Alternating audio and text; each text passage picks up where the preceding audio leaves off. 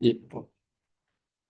Welcome everybody to the Resource Management Committee meeting, Tuesday, April 1st, 2025. I'll start with the prayer. Almighty and ever-living God, in whose hands are the rights and hopes of all people, look graciously on us to be governed. Guide us so that our counsels may be wise and our decisions just. Right. Just like to welcome everybody here. Good to see you in person, Francois. I haven't seen you for a while. Well, have we got any apologies? Doesn't look like it. No apologies. Declarations of interest. The resource management meeting. Okay. Public forum. No public forum today, by the way. Gosh, I wasn't through this today. Confirmation of the minutes. I think everybody's read the minutes. On page. Got one small correction, Mr. Chair, just on page 7, it was under general business, the gravel extraction task. It was actually myself rather than Councillor Ewan that brought that up, and that reflects also in the action list as well. We noted that.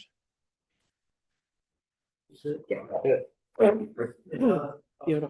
you, Mr. Chairman. It's on page 5, just at the bottom. We've got a Manawhakahono agreement originally signed in August 2020. It was actually November, not August. So that was signed.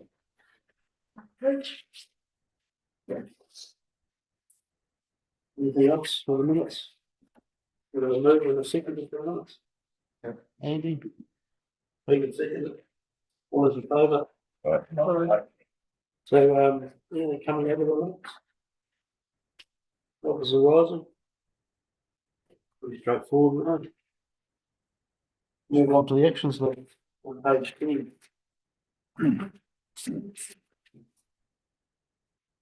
Action 1, ongoing.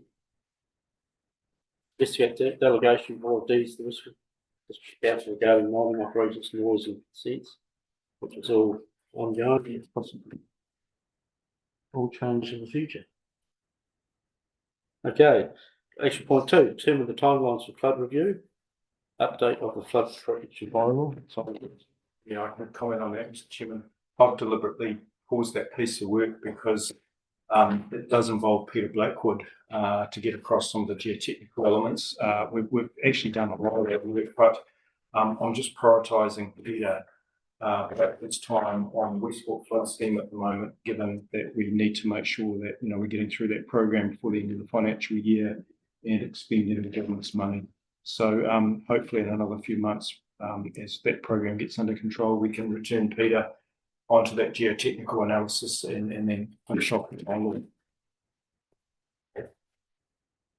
Action point 3, ongoing, present the paper document and wishes. I'd like to run up, sorry, the potential responses. Who would that be? This? No. Johnny, all good with that, Johnny? Yep. Action point 4, provide the committee with the list of wastewater discharge. It's done, it's complete. Came through yesterday. The other ones completed, well, get self inquiry, video on the daily, if you all do bonus. Anything coming out of the next action point anyway? Through the chair, was so that action point number 5 was that SU? Yeah. So that's true.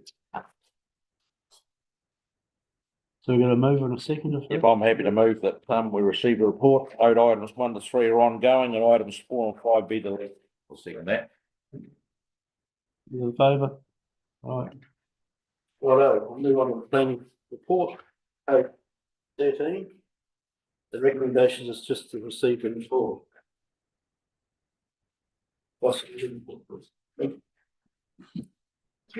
Chairman, there's a fairly short report for this month in terms of the planning and TTPP. You'll see a bit of a review, continual review of the air plan and coastal plan. And the further timelines are identified in the points 1 and 2. But ultimately, the consultation with key stakeholders is going on for both plan reviews, and notably with the air plan. At the moment, the council team are working with the FENS and also the 3 district councils to work around and gain their perspectives on the work that's been done up to date. Okay, bit of a. Sorry, could I just make a comment, Mr. Chairman?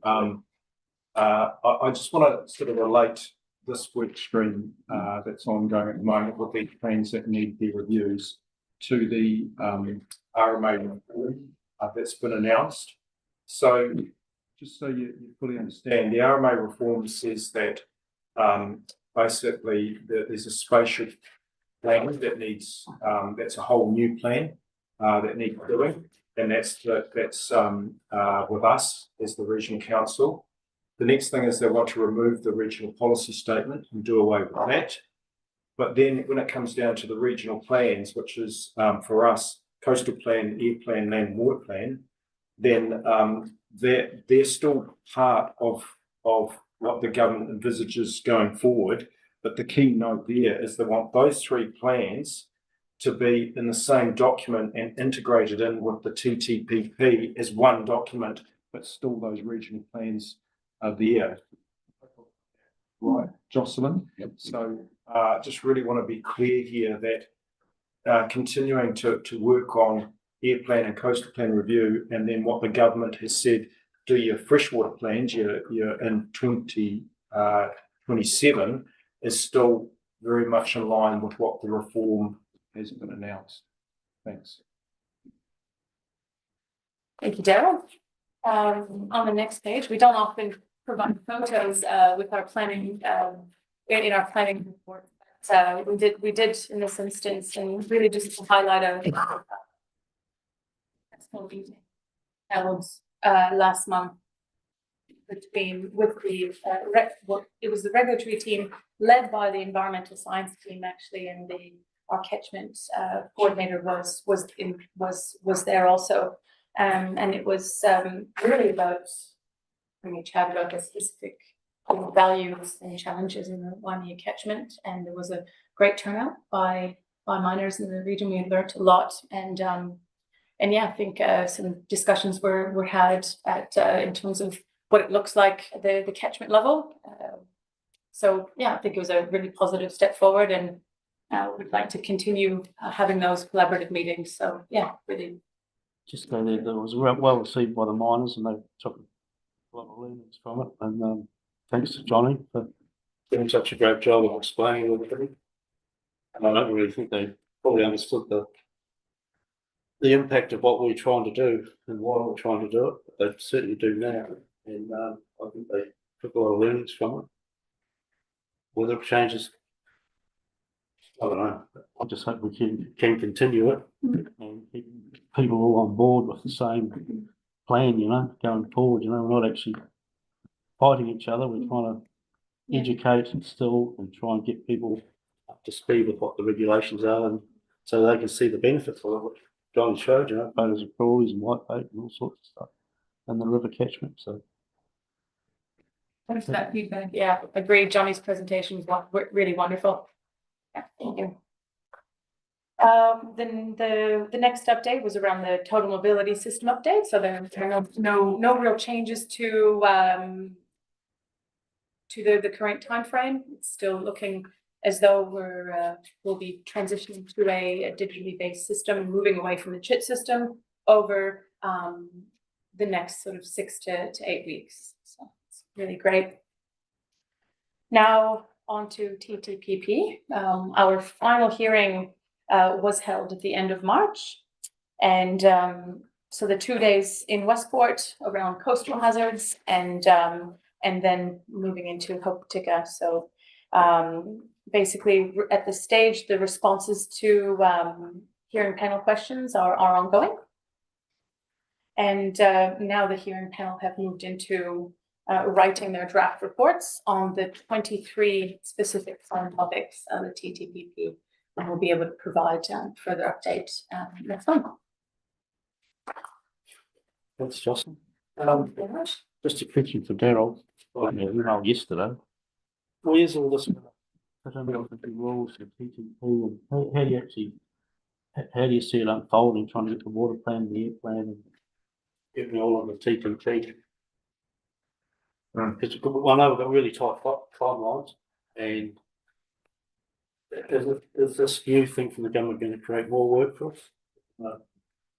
Put a spanner in the works? Just, it might be too early to tell just yet, but it's just something we have to be very wary of, because we're talking less than 6 months now to get all this done. And anyway, anyone else got any other? Which is also the email yesterday. He's all got the idea of what's going to be happening. It seems to me like an awful lot of work to mingle into everything in such a short time. But anyway, move on with this. You're going to speak to that, Daryl? Yeah, in perhaps a comment. So the first thing I'd say is that we're actually a holder, and let's differentiate the unitary authorities around the country and just talk about the regional councils. We're in the best position of any regional council in the country. And who would have thought that, you know, the smallest regional council in the country is in the best position, because we are a few months away from the joint committee of the TTPP having getting all the decisions and recommendations from the independent hearings panel, and hopefully before election in October we'll have a plan that's been decided, barring appeals, of course, for one district plan for the whole of the West Coast.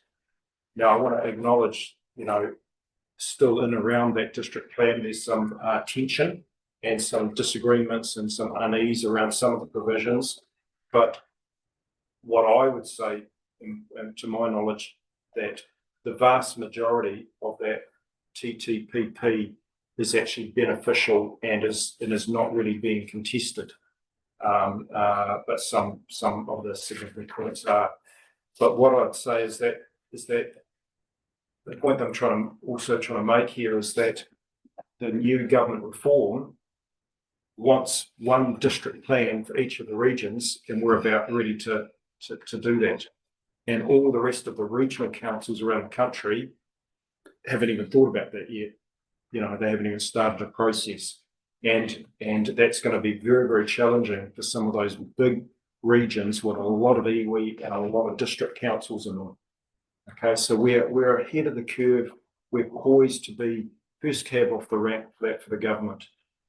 The second thing we need to do is complete our air plan, coastal plan, and then land and water plan starting in 2027. And those documents will be integrated into one document with the TTPP.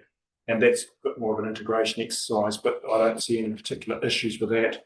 I think we're pretty well positioned resource-wise for those regional plan processes. The RPS, as I said before, disappears. The big thing that's new for us and all regional councils across the country is a brand new thing called a spatial plan. Now, that is a brand new thing. There isn't a lot of detail around exactly, you know, to what extent that is, but we know the direction that it's going. That's a brand new piece of work that would normally be district council work. But here we are again having, like the TTPP, the government saying, no, regional councils, we want you to do a regional spatial plan. And a lot of the elements in there is district plan type stuff. Now, we have to do that. We have to resource it. And we have to do it. And unless we keep on the TTPP team, you know, and the targeted rate and everything that goes with that, and flip them across, or we need some more resource, there's still a resourcing issue there, which is not in our LTP and we're not funded for to do. But I do think, councillors, there is a conversation that we need to have with our district councils around how we resource that, and how we might fund it going forward. Thanks. I disagree with Daryl about the one plan, the TP. I think this plan is a disaster and it should be paused. Something the new council's going to have to deal with. But this plan, the cost of it, what are we up to, $8 or $10 million? And we're not even anywhere near through it. The restrictions it puts on people, it's no good. I totally disagree with you, Daryl. If I have anything to do with the next council, I'll be looking at checking the whole thing out, or at least pausing it. Through the chair, I think we spoke this on the TPP plan the other day, and I think a lot of people don't understand what happened with the TPP. The TPP was a order of council which was instructed by the government for this council to run the one plan for the 3 districts on the West Coast. So what actually happened was the chair of the regional council and each one of the mayors at that time and one representative from each of the council formulated over years the contents of that plan, which was actually, so everyone had the input into the plan. And then that plan went out for, it was a draft adopted plan. If there was no submissions, so Councillor Birchfield and various mayors and representatives all put that plan together. It went out for public consultation. If there was no submitters to it, that plan, as was formulated, would have been enacted and been in place now. So the council, the committee of the time actually appointed the commissioners to review and hear all the submissions and look at and then come back to the committee, which has changed over the years with all the change of councils, you know, in the triennial period. So they would make a recommendation, will come back to the committee, the TPP committee, which will then choose to either adopt it or to modify it slightly on some of the chapters of it. So that's where it stands at the moment. The majority of the plan is a good plan, and it's a one plan for all of the districts. Like I said, that was formulated by the mayors and chairs of the councils, and they put it all together on what they thought was the best thing for it. So that's actually, that's where it lays at the moment. All the submissions have been heard. The commissioners were appointed to come up with the recommendation because it was just too much work for any of the councillors to have to absorb, you know, hundreds and hundreds of, if not thousands of documents. And one of the commissioners come along, spoke to the TPP committee the other day and showed all the work that was involved in just one small chapter of the plan. So there's lots of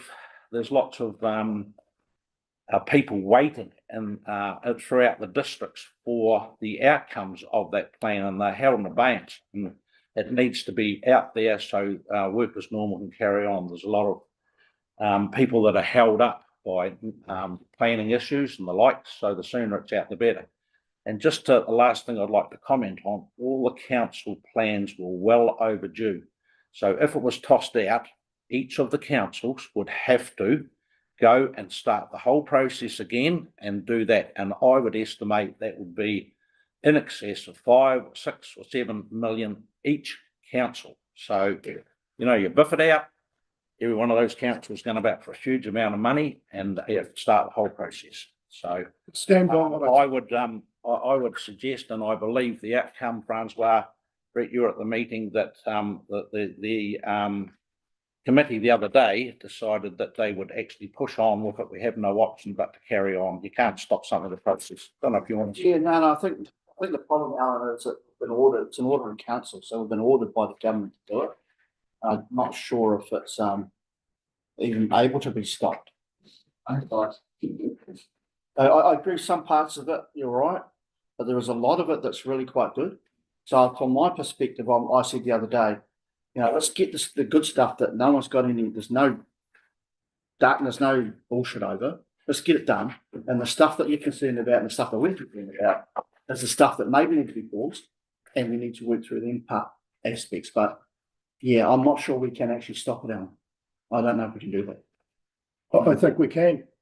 Just, what I take of the meeting the other day was that when it comes back to the committee, we can go through and print out stuff that most people agree with. And anything that's a bit marginal, it goes back and it goes back to the original plan that was notified back in whatever year it was. And then it stays there. And then by then, it will be the next council that sorts out possibly those contentious ones, because I can't see it happening. But it's not this Time it council, gets- eh, sorry? not this council, No, it's the committee. Yeah, It's all the council. it's all the council. Yeah, and I don't know. It'd be interesting to see if it can be stopped. I don't know. I've got no idea if it can. I thought we were ordered by the government to do it. Got to do it, it's my understanding. Cut the money off. We control the money, cut the money off, and that's the end of it. It's the simplest way. Yeah, but if we get held in limbo, then the West Coast stays in limbo, because no one's got a plan, no one knows what the rules are. So we've sort of got to push on it, and there's a lot of rules, like Franz was saying, that about subdivisions and all that sort of stuff that needs to be gone through, because there's a lot of people hanging up, waiting for these rules to come through. So we can't really hold them up anymore, and the contentious ones will get held over to after the election of the meeting with Daryl. We're going to be struggling for time to do it.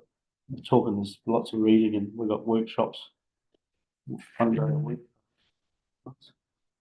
Yes. So it's still a lot of work to be done to get the easy stuff out of the way. And the hard stuff get pushed to last. Yeah, I think, Alan, 80% is good. There is some dodgy stuff that when you sort, but I don't think we should stop it because of that portion. Let's get the other stuff, because as soon as it's done, out and done, and then we can fix the stuff that's causing us pain. There is some stuff causing us pain, you're right. Yeah. And there's a process set aside for that with commissioners and bits and pieces. So if we reject it, then it can go back to the commissioners or another set of commissioners to have another look at it. And then it's going to be more work for the submitters. They'll have to submit then, and it goes on. But it's been done under legislation. It's been discarded, you know. It was done under the RMA. Like Daryl's saying, they're going to make all the councils do what we do with this new legislation. Yeah. Can I just make 2 or 3 points here? Firstly, and look, I'm not defending a position here in any way. I'm trying to give the best advice that I can give you from my knowledge and staff's knowledge here. We have an order in council that's telling us to do it. This new government hasn't rescinded that. In fact, this government has actually doubled down on that and actually want one district plan for every region. Okay, so we can't stop it legally, is my advice to you. We cannot stop it legally. Okay, we're duty bound legally to continue this process by an order of council signed off by the Governor General. Okay, so that's the first thing. The second thing is one of the best examples that I can give you about why people in the community are wanting this plan to become through that decision phase is on the West Coast, and particularly with the minerals sector on the increase and jobs and all those things, which was really, really positive for us. We have a housing challenge on the West Coast. In that TTPP, we have opened up and made the decision to open up areas for residential housing zonings more than what was there before. And developers are wanting that across the line so they can with confidence go and build some houses to put some people in. And they're actually asking us to get this thing operative quickly because of that. Now that's just one example that I can give you, but I think that's a very compelling example of why this is a good thing to get across the line. I do agree with Chair Haddock's analysis. It would cost the councils a lot more if we stopped it and then had to start again and do it again. The last thing is that I just want to really reinforce, at the moment, that plan is actually done under the RMA. The government has announced RMA reform. That will not happen until at least 18 months away. They're talking about October next year. And then there could be some time after that. So this whole notion that the government's announcement is in play now and is law is not correct. We have the RMA that we need to deal with. Thanks. And I totally agree with what Daryl's saying. If I could speak again to the chair. There are planning people, there is a lot of those developers out there that if they didn't have the plan, they would have to go through a complete plan change because the zoning's wrong. So we've got people wanting to do residential subdivisions of that throughout the coast, and they're relying on that plan because what happened in it when it was formulated was the planners and people involved in that committee went through and looked right throughout the West Coast and looked at all the zonings and corrected all the inconsistencies in the zonings and the areas that were zoned rural that were potentially residential. They brought them into the new plan. So they're in there and they talked to the landowners and people and developers and that's been put in place.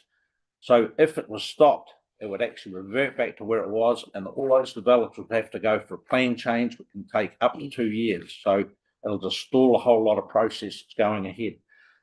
The other thing is, Daryl mentioned too, is the RMA reform. So this plan will be under the current legislation, but there'll be a rolling review. So as the government legislation changes, and none of us quite know, they've given a broad brush approach on what they're looking at doing, but there's nothing set in concrete yet. So plan needs to carry on as those changes come in. The government make those changes to the Water Management Act. It will take effect into the plan. So it will be a rolling review every year to try and, so if the government change a rule on something, that will take effect on the one plan. But of course, what happens is with the change of governments, who knows what will happen in a couple of years' time. Another government could change a whole range of things. So do you wait forever or do you just change it as it goes along? That's the thought of the committee, that they will just review as those changes happen. Yeah, I'll just make the comment, prior to October this year, the commentary made that what we're going through now will be decided. Well, it won't be decided then. It'll be decided once the appeals are made. The proposal will be put out, it'll be determined by October that we'll put it forward for submissions and appeals. That'll follow. Any notion that the RMA is going to be repealed and it's going to change things is nonsense, because even if it's further down the track, there'll be transitional statements in the RMA that will carry over for as long as it takes to do it. The RMA just going to scrap the transitional things will be in it. And I make the comment that any motion of this council and the previous one on a new council coming October cannot be changed just like that. There's a process to go through, and it will be a rescinding of motions and a notice of motion and all the rest of it. We all know it, and that's unlikely to happen because the process is in train. Too late to pull it back, and I find it unusual that any one of us can comment that we're going to turn it over, because that won't happen, because you're going to need the other 6 around the table to help you, and if you don't get the majority in the notice of motion, and that's any notice of motion that's carried by this council. If it's going to be overturned, the new council's got to go through the process, and I don't think it's going to happen. I'll put money on it.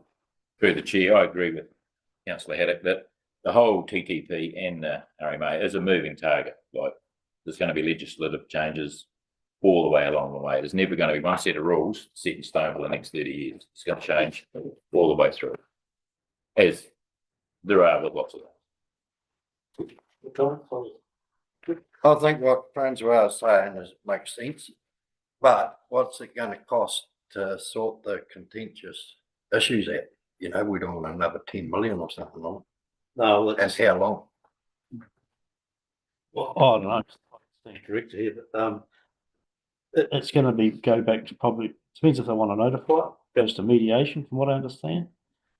First, is it? And then they still can't come to a decision, then it will go to the Environment Court. And we don't know what that will cost. It depends on how. contentious the issue is, I guess, and how much people want to push it back. And I asked the question the other day if they push back and they win, do we have to pay the costs? And no one could sort of tell me. I know obviously if the committee decides something, we'll have to defend our point.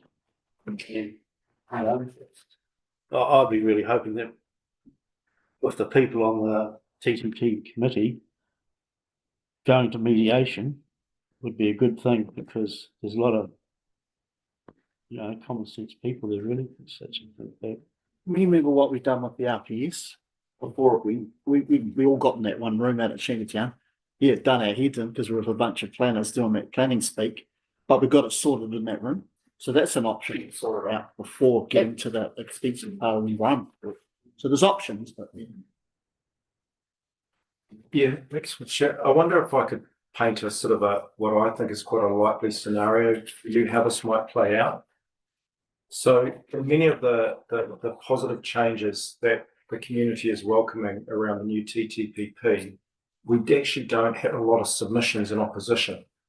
And so once it comes back to the joint committee and the joint committee receive the independent hearings panel's recommendations and decides if there is not significant submissions in opposition, then those things become live and operative, okay, and they're in play, including around some of that residential subdivision stuff. So that's a positive. For those that are contentious and we do receive appeals on within 30 working days of the decision from the joint committee, we will then enter into sort of the mediation environment court. But let's just say, and look, that stuff doesn't move quickly. That stuff will go out over a year and a half, guaranteed. Okay, because there is a bit of a backlog in the environment court at the moment, actually. Now, what will happen at that time if the government stays true to its timelines is they will pass into law the replacement RMA with a whole lot of clarity, because that's what they're saying they're going to do, around some of those contentious points like significant natural areas and outstanding natural landscape and hazards and plants, right? So they will make decisions and pass into law. If we're in the environment court process or even mediation process at that point and they pass that stuff into law, then the changes automatically occur to our plan. And if they deal to the appeal points and make them go away, they just go away. And we don't have to actually work through and spend the money, right, on those contentious issues, because the law becomes in effect, it overrides everything that's been done to date, and it just, and if it solves those issues, then we can just have an offer. Now, there will always be some residual appeal points that we're going to have to work through, but I just paint you that scenario that I think is actually quite likely. Hope that helps. Chair, could I just make one last comment? The main thing is we don't know what the commissioners are going to recommend yet. So we're sort of jumping the gun because the committee actually appointed the commissioners to do that work and hear all the submissions and come back with a common sense recommendation. So we don't know what we're going to get yet, So we're hopeful that the commissioners will hear all those submissions and come back something that's palatable to all the councils. That's the first option. Some of the contentious issues, one of the major ones being over SNAs, and the government have made it so if we go back to what happened with SNAs, all of the districts were told they had to identify SNAs. The Grey district was the only one that went through a process and identified the SNAs in their district. And what the government that I've listened to, and I heard at the Minerals Forum in Ross, and I've talked to the Under Secretary, the government aren't proposing to get a rubber out and rub out those SNAs that have been identified and have been put into law. They're not going to rub them out. But what they've said is stop the process, pause the process on identifying any further SNAs because there is changes in the RMA, and that's what's happening at the moment. So I'm pretty sure that, I think some people are hopeful that the SNAs they've got on their properties are going to be rubbed out. That's not my understanding of what the government is saying. They're not going to reverse that. They're just going to stop any further SNAs. Last comment. So just one more question to Darryl, really. So the TTP committee will go on forever. Because they're going to have plan reviews and all the rest of it. Yeah. So that's always going to be there, isn't it? Like some of us probably thought that they would be disbanded after it's all sorted and it'll be back, but it's basically going to be an ongoing. That is correct. Yeah. And look, sure is sure that, especially with district plans, as soon as you get a plan operative and through the appeals, there will be, future councillors, and councils and perhaps even, iwi, that'll be lining up saying, we want some plan variations and plan changes. And that will just be on a rolling review, and the joint committee will continue to govern that process. That's it in a nutshell, really, yeah. You know, don't want to stop now, we've already put so much time into that. Yeah. We're almost there. Just I just make one comment, so moving into the future, would it be Likely that the TTP committee will have its own planners and all the rest of it to remove some of the strain off the district councils. Can all that sort of be combined, or is it still going to be part of? So You know, is it going to be a whole new organism to grow out of this? okay, so where that question is taking it to is there an opportunity on the 4 local authorities on the West Coast to set up a shared services around all of this planning and implementation? And that's a political decision with mayors, chairs and iwi. It's a political decision with all 4 councils and the councils there, and that may actually play out through election in October. So a comment, Francois? No. Yeah, I think the TAs, the territorial authorities, have got to put their minds to where they've gone with the planning side of it, because the planning work that is done in-house from them previously has now been done by the TTPP with their own staff. The generosity of the TAs in this process, we started, there were no discount for ratepayers when the planning side of it was put into the process we've gone through now. And we don't want to double up. So, you know, I think some of the district councils have got to look at this pretty closely, because their planning has now been done by the TTPP, a lot of it. So therefore, there's going to be some idle hands. There'll be never enough work. And there's been no drop in rates for that side of it from the district councils. They've kept the money that they've always had. So, you know, we'll look at ways of funding it. And if economies of scale, it's done by one organisation now, and that's it. We have a shared service. Another one. Done that one to do. Anyone else? Final comments? Move on.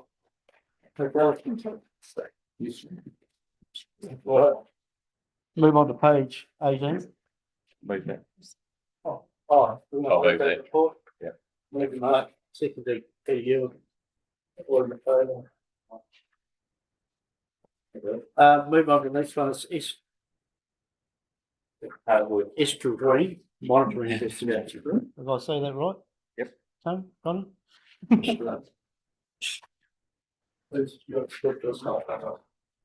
That you, John? You're up. You're up, Rob? Yeah. Yep. Stay come on, right come here, there. mate. Are there any questions on that list line? I can just read, I can do a very quick summary if you want. Just a quick summary. Sure.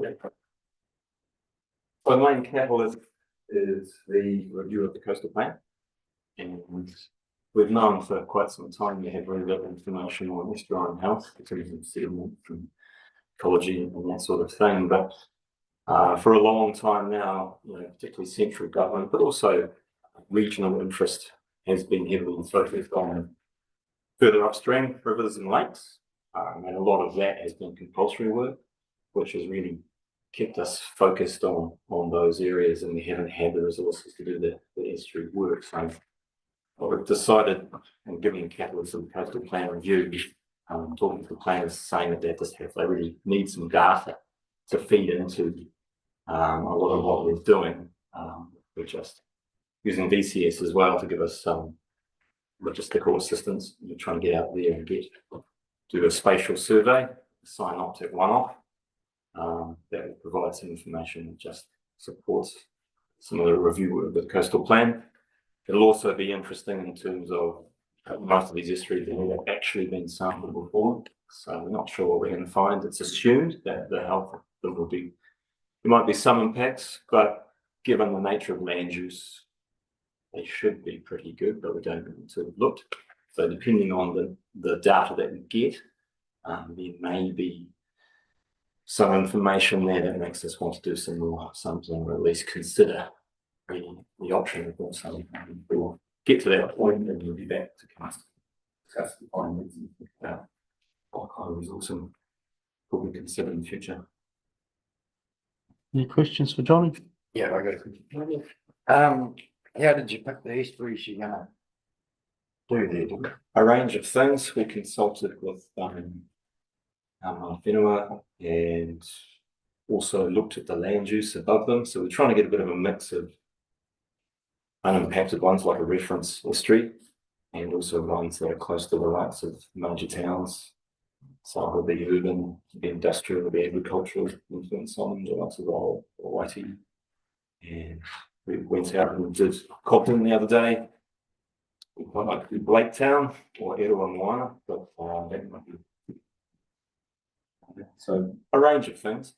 We don't have as many of those sort of traditional large sprawling estuaries that you might think if you think about like Manukau or Waimea, the ones up in Nelson. We've got some of those, but a lot of them are quite small around river mouths, and those larger ones especially are more dynamic. So there's Samaria and so on. Traditional estuaries that are sampled in other regions like Atul or Auckland, we don't have quite as many of those as we thought. We might have had to canvass the region sample. So yeah, a range of factors. Because I would like to see one done between the Wairau River and the Queens. Yeah, what about salt and water? Is that salt and water look good? So, no, that misses it. That's Wairau, isn't it, Jason? Yeah, and Hutterup. Yeah. Harry. Got any places in mind? Well, with Okarita, or the reason I'd like to see that done, because like that area there has had a massive load of P90 poison put on it continuously. So it'd be very interesting to see the fix of that. Okay. And that's probably for the West Coast, that area has just been smothered. Okarito. Yeah, and all right up the water, right at Fangs. So that'd be well worth monitoring, I think. Peter, you? Given the demands on resources and financial demands too, this issue is an end of the journey system. I think the focus of what resources we've got should be the upstream thing. For the ultimate conclusion, we have a better downstream. I really think they are the priorities for us, the upstream ones to get sorted first. And this is a nice to do, but it might be a to do for when the plan's finalised for the TTPP, because as you rightly said, Johnny, we haven't got any big systems as such. They're pretty regularly flushed, and like some provinces, we get no flushing or little. I don't think it's one we should be too concerned about, but be concerned about. If you follow me on getting, it's on the scale of 1 to 10, it's a 4 down the bottom end of it. For me, that's my view. Question, Johnny, on the funding. Who's going to pay for it all? So we're finding money in our budget, my budget, signed budget to do that. I mean, they've got the dollars to get there. Ratepayer or government? It's the ratepayer, but we've got money in our annual operational budget to do this work. You don't get government grant for this sort of thing? Well, like I've said before, considering that 85% of the land area belongs to the government, they should really be paying for 85% of the cost of it. These studies shouldn't be put fully on the ratepayer. Thank you. Anyone else? I think what you're doing is a good idea. I mean, it's obviously, we do need a baseline for all that stuff. Anything happens in the future. So there wasn't contamination or somebody thought there was a problem. At least we know what baseline is. We've had like 150 years of industrial use locks in the group.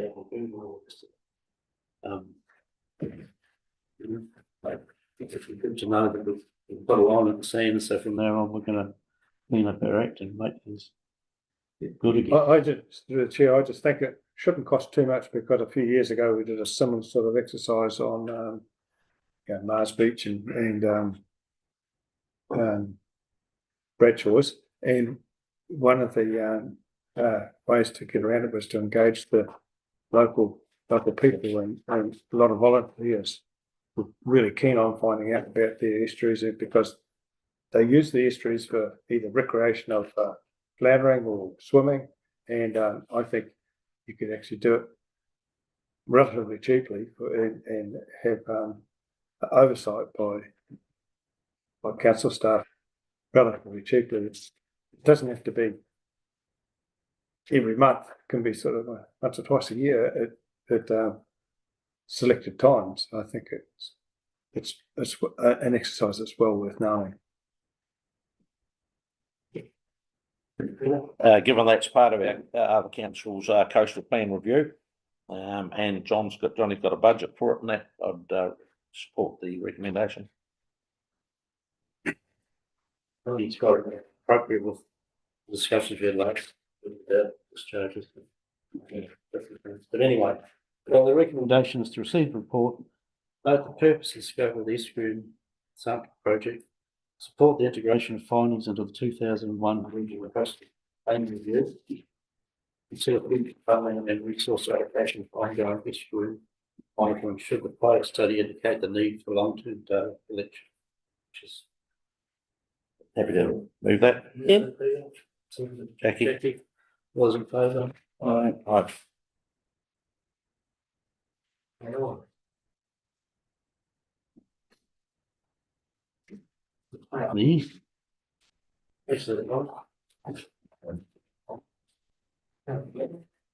The general business.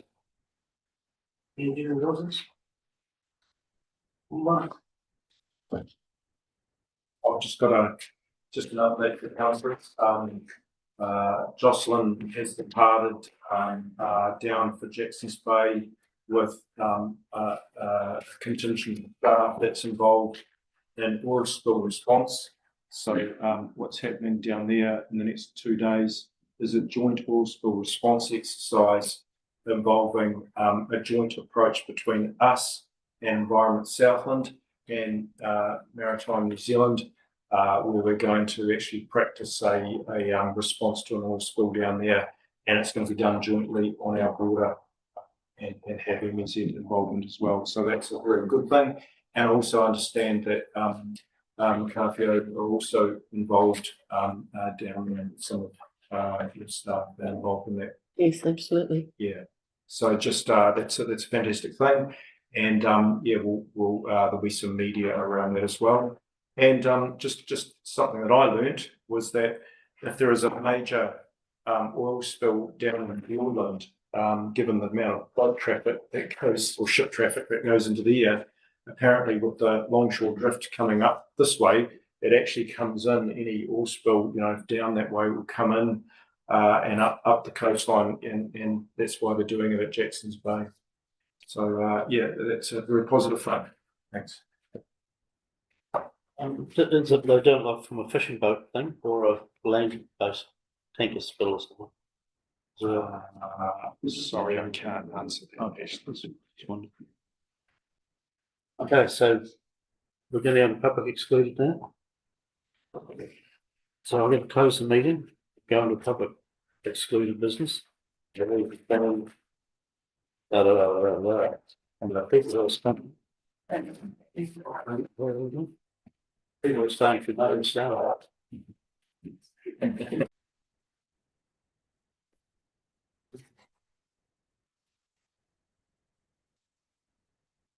Ready. Okay, welcome everybody to the meeting of council on the 1st of April 2025. Welcome councillors, staff, media and those joining online today. I don't think we've got any apologies here today. We've all present. Declarations of interest. Anyone got any declarations of interest on the council meeting today? Bring them up now or through the meeting. We've got no public forum, petitions and deputation, so we'll move on to item 5. It's on page 1 of your papers. which is the confirmation of the council meeting minutes of the 4th of March 2025. Are there any corrections to those? Andy? Jackie said she wasn't at that meeting. That's correct. No, Jackie Douglas wasn't in attendance. Yep. Are there any further corrections to those minutes? Okay, the recommendation is that council resolves to confirm that the minutes of the council meeting held on the 4th of March 2025 are a true and correct record. So I'd like to move those. Thank you, councillor Ewan. Yep. And seconded by councillor Cumming. All in favour? Aye. Against? Was carried. Matters arising from those minutes.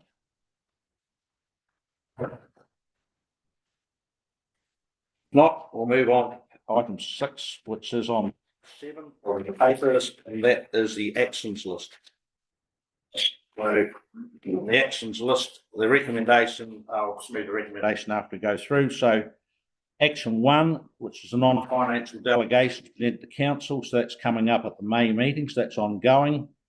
Action 2 is to email councillor Cummings the cost analysis compared to council's previous. So that's actually, most savings won't be apparent. It's carrying on again further into the financial year, so that's ongoing. Formal request of the Bailey Bridges. So that letter's gone out. Councillor, you might want to bring this up, but that letter went to NZTA, and we have had a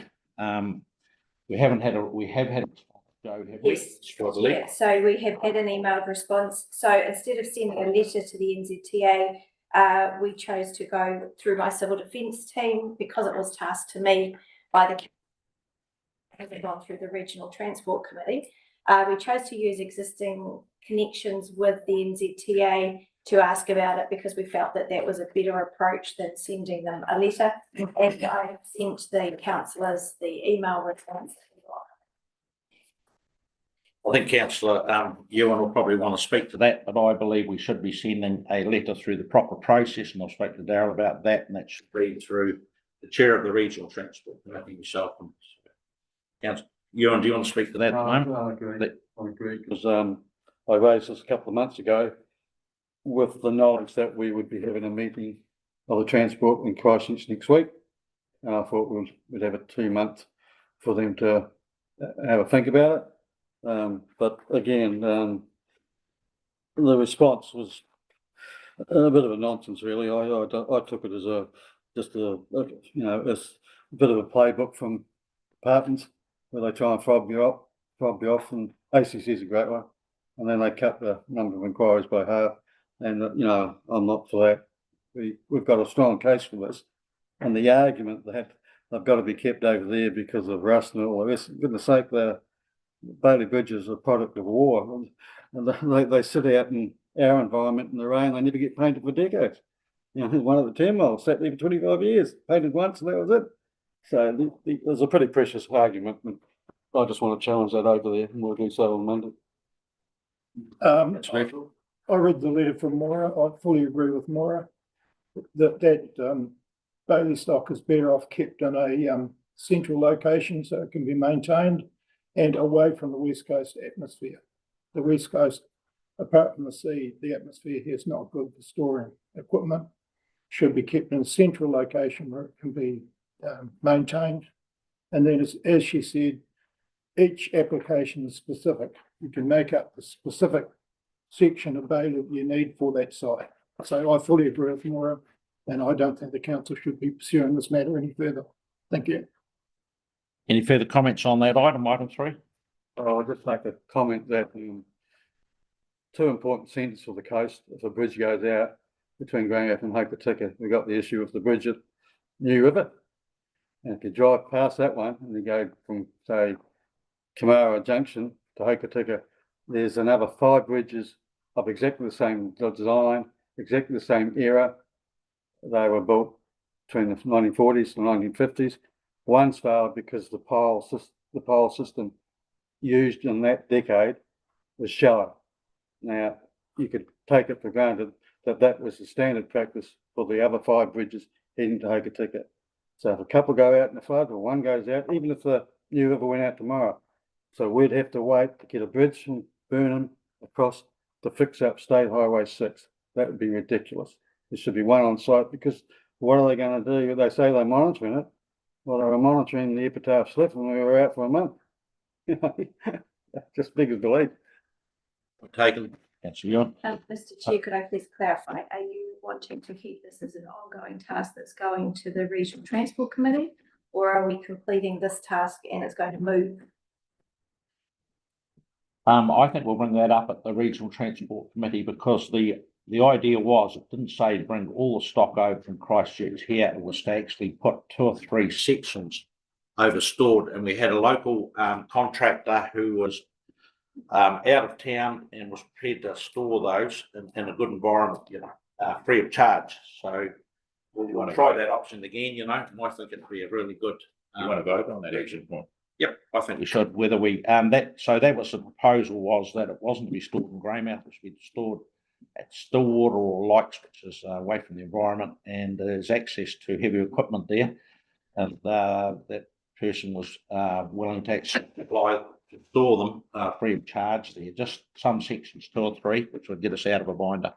So I'll put it to vote, you know, all in favour of that letter progressing, or us continuing to push for that. That's to have several sections on the coast here. All in favour? Against? Yeah, put me against. And could I please clarify again, is that letter going through the Regional Transport Committee, or are you wanting me to start? Through the Regional Transport Committee.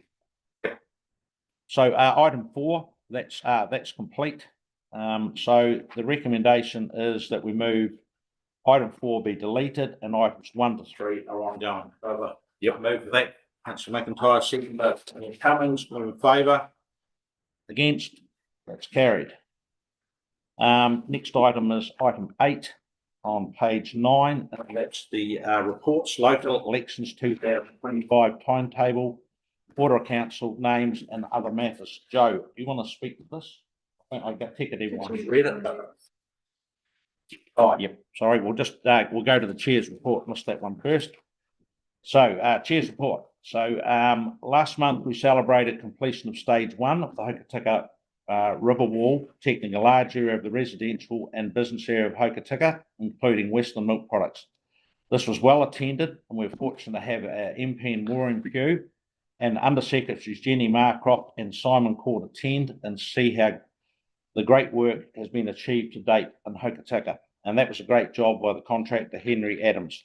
Last week, Buller councillors Mark McIntyre, Chris Cole, our CE Darryl Liu, Westport staff and myself met Kiwi Rail officials and adjacent landowners to discuss the scouring and drainage issues at McKenna's Road, and also the Cats Creek Stockbank tie into the railway embankment. I believe positive progress has been made on that site towards an outcome. That also job is all but complete, pending a slight bit of fencing, and that's a great job by Roscoe Contractors, on time and on budget. So that's a great start for Westport. Tomorrow will be the last of our rating district meetings, being the Westport Rating District Joint Committee meeting. During this last month, staff have been busy across the organisation with not only business as normal, but preparation of both the annual plan and annual report. And during the month, I attended quite a few meetings in my capacity as chair, which I was here. Would someone like to move the chair's report? Be Councillor Cummings, Councillor Birchfield. Any questions? No. Right, back on. Just one little question on the Cats Creek. Yep. I wonder if we might have a follow-up letter to make sure that does happen. You know, those 2 people there that day, we were quite happy that that should be done, but I'd like to make sure that it doesn't Get lost. Yep. Yeah, because that lady was there that day is moving. Yeah, there's a real risk of it just sort of. Yep. Missing out. Thanks, Councillor Cole. So for the councillors that aren't aware of what that is, Cats Creek was a quick win, and it went from McKenna's Road across to the railway embankment behind Mark McIntyre's workshop. But there was a section, probably the width of this room, that was uncompleted because it's in the rail corridor. So the water can still escape into town or get through. So the problem was Kiwi Rail were not allowing that work to happen within their rail corridor. But, and the reasons were because they were worried about scouring around the bridge adjacent to it. So there was a proposal put through to Kiwi Rail that we would come up, our engineers would come up with a plan that didn't have any adverse effects to the railway embankment or the abutments. Is that correct? Yeah, that's correct. Yep. So that's the plan. So no, we'll make a note of that actually an action point. So if I could just, just for the minutes, that action point. So it's a letter from us to Kiwi Rail on the Cats Creek matter, but also can I suggest that we should also just write about, you know, the conversation and agreements that we reached and what we need to do from here out with the McKenna Road matter as well, Stevens Road matter. And I think we should put both Peter Blackwood and Jordan Mander's name against that to craft that really for us. And also, through the chair, to follow up on that, I've talked to Bathurst, Richard Tarquin. I think he should also be copied in that because that's the biggest customer who use that rail. Okay. So last time that rail that got washed out, Councillor McIntyre, it was down for quite a number of weeks. About 14 to 16 days. Okay. Right, item 8, local elections. Joe, do you want to speak on this? I think we're all ready. Mr. Chair. Yeah. So as we know, the elections are going to happen on Saturday, the 11th of October. This paper just gives you a bit of an update of where we're at. It outlines the key dates that we've got moving up towards the election, and it talks about how the council is required to produce a pre-election report. We are aiming to get that done by early July, ready for it to be released for potential candidates. It also talks about the executive under the legislation actually has a duty to foster representation and elector participation. So just on that note, to let you know that our Teresa, our communications and engagement advisor, has already been connecting with the comms people from the other councils and DWC to start talking about how we might promote the election and seek people to be candidates, but also to encourage people to vote. And they were talking about how they may target some of the new sort of 18 and 19-year-olds who may not have voted in local government elections before. So there's already work ongoing in that space, just so that you're aware. The key purpose of this paper is to get you to resolve as to the form that the papers of the candidate names are going to take. There are 3 options. The first is alphabetical order, the second is pseudo-random, and the third is the random order. We are recommending that you use the random order. In 2022, about 70-something percent, 72% of regional councils chose to use the random order. That basically means that every paper that goes out for voting will be different. Essentially, every paper is printed in a different order. There is no preferential treatment of anybody by name in that way. So that's what we're recommending. Thanks, Joe. I'll just open up for discussion before we make the recommendation. Yeah. I'm happy with the status quo alphabetical, you know, just because 77% of other regional councils do it the other way. That's not reason enough for me. We follow them. We follow our leader. We do what we want to do.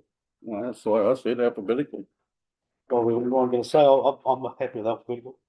I'm just wondering too, like last year there was an issue of counting votes, is all that stuff getting sorted this time? Sorry, I'm not aware that there was an issue. The Grey District Council wouldn't do ours, we had to do our own. That's the issue that I put up yourself. Okay, we'll take that point and look into it. Yes. And the other one I was going to mention was at polling booths. Do we have any say in all that sort of stuff, or is that just done by? So there aren't polling booths. What happens is that there will be bins available at the different councils for people to put their votes in, or I think that's mail votes is the other option. So we will have a bin here that we set up for people to put votes. So can I just make a comment there that, of course, where we put the bins needs to have the right security around it, which is really essential. So, but there is the possibility that we put the voting bins in other places apart from the council's offices at other locations around the West Coast. But noting that if we're going to do that, they have to be in a really secure place with the right, oversight on. So that's a point that you could advise us on, councils. Any other comments on Well, preferences on the when those you're talking streets. security, like you're talking like libraries, all I'm wondering is you're trying to get participation from Yes. young people involved. They're not gonna probably go out of their way to come down here. They text you an answer. They do it on Facebook, but I mean, One of the police stations. Yeah, I'll go with the alphabetical. Medical? Yep. You guys here got any comments? Righto. I'm happy to go with status quo. Okay, so the recommendation is that receive the report, 2025 county elections, resolved to adopt the alphabetical order. Status quo. Right. All in favour? Aye. Against? That's carried unanimously. Councillor Ewan and seconded by Councillor McIntyre. Yep. Thank you. Right. Next item, delegations manual, 8.2, page 14, delegations to part D. Go. Thank you, Mr. Chair. So this is acknowledging some changes that we're proposing for the delegations manual, the financial part of the delegations manual. It's really some tidying up, mostly to reflect the fact that this organisation is changing and growing. So the key points that we want in there is that we have reorganised the vector control services and the quarry to be under the environmental services general manager, so Shanti. So we want to change some of the delegations to reflect that. The other one is around payroll. So because the staff, we've got more staff, the payroll is starting to go over the level of delegations that Peter and I can sign off, which means Daryl's having to do it all the time. So we're proposing to raise the level of delegations just to make it easier for us to continue to keep people paid. The delegations around the managers, essentially they were at a delegation of $10,000 for each manager previously, and we're proposing to revert back to that because they should be able to have enough flexibility to manage their budgets and do their work. And we believe that 5,000 is a little bit low to be able to do that. And finally, what we're proposing to do is to remove the credit card authorities out of this paper, because what's happening is every time we decide that another person needs a credit card, we're having to update the delegations manual. And that is quite a lot of work to be putting it through the council. So we now have a credit card policy, which is being more stringent on how we're managing the credit cards anyway. So we're proposing that we keep the names of who has credit cards in there rather than through this, because we believe that the financial delegations here create the controls that we're already looking. Okay, Daryl, do you want to comment any further on that, or you have? Okay, I'll open up for discussion. Any questions about that? got any comments, Peter? No, I mean, what Joe described is basically what we're looking for. The credit card policy was, I think we always had one. It was just, it was one of the ones that was up for internal review last year, and that was one of the findings out of that, was just to bring it all together and make it quite concise. Any further comments? Okay, I'll put the motion that recommendation is that council resolve to receive the report and adopt the revisions to Part D, contracting, financial, rating and property functions in the delegations manual as shown in attachment 1. We've got to move that. Councillor McIntyre, Councillor Birchfield, all in favour? Against? That's carried unanimously. Right, next item on the agenda is general business. Any general business for the day?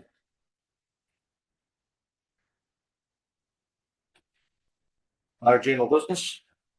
Okay, well, I'll move that we go into public excluded and that the public excluded from the following parts of proceeding agenda items 11 to 13 exclusive for that general matter. And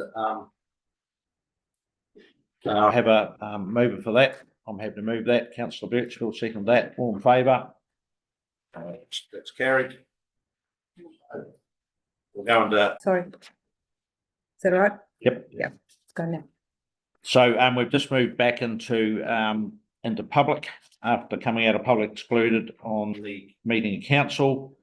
And we just want to note that in the public excluded, we have moved on the